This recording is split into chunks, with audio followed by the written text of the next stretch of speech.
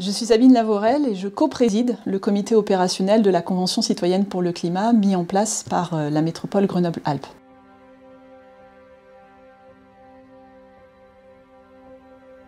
Le rôle du comité opérationnel est multiple. Dans un premier temps, il s'agit d'encadrer les travaux de la Convention, c'est-à-dire de proposer des experts que les citoyens pourront auditionner, de proposer également des thématiques qu'ils pourront développer, même s'ils pourront eux-mêmes décider par la suite des thématiques, d'autres thématiques qu'ils voudront aborder.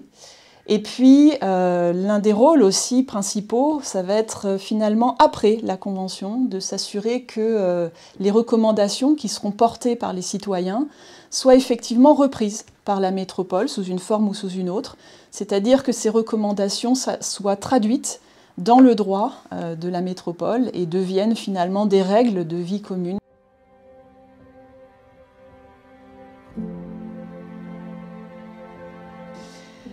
Alors, ce processus de la Convention est vraiment extrêmement intéressant. C'est un processus qui est inédit sur le territoire de la métropole Grenoble-Alpes.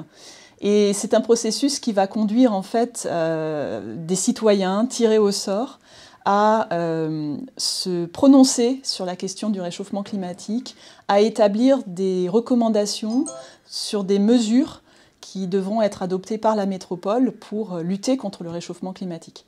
Et en fait, ce sont vraiment ces deux intérêts-là qui justifient ma présence au comité opérationnel. Le premier intérêt, c'est comment faire évoluer le droit local pour qu'on puisse vivre correctement d'ici 10 ans, d'ici 30 ans, sur un territoire où il y aura nécessairement des impacts du réchauffement climatique. Mais donc, face à ces impacts, comment vivre correctement sur le territoire. Et c'est maintenant que ça va se décider, c'est maintenant qu'il faut qu'on adopte des recommandations que la métropole mettra en œuvre pour effectivement pouvoir vivre collectivement de manière sereine et tranquille sur le territoire métropolitain. Donc voilà le premier intérêt. Le deuxième intérêt, c'est que ces recommandations, elles viennent des citoyens eux-mêmes. C'est-à-dire que ce ne sont pas des normes qui sont imposées d'en haut, qui sont imposées par la loi ou par l'Europe ou par le droit international.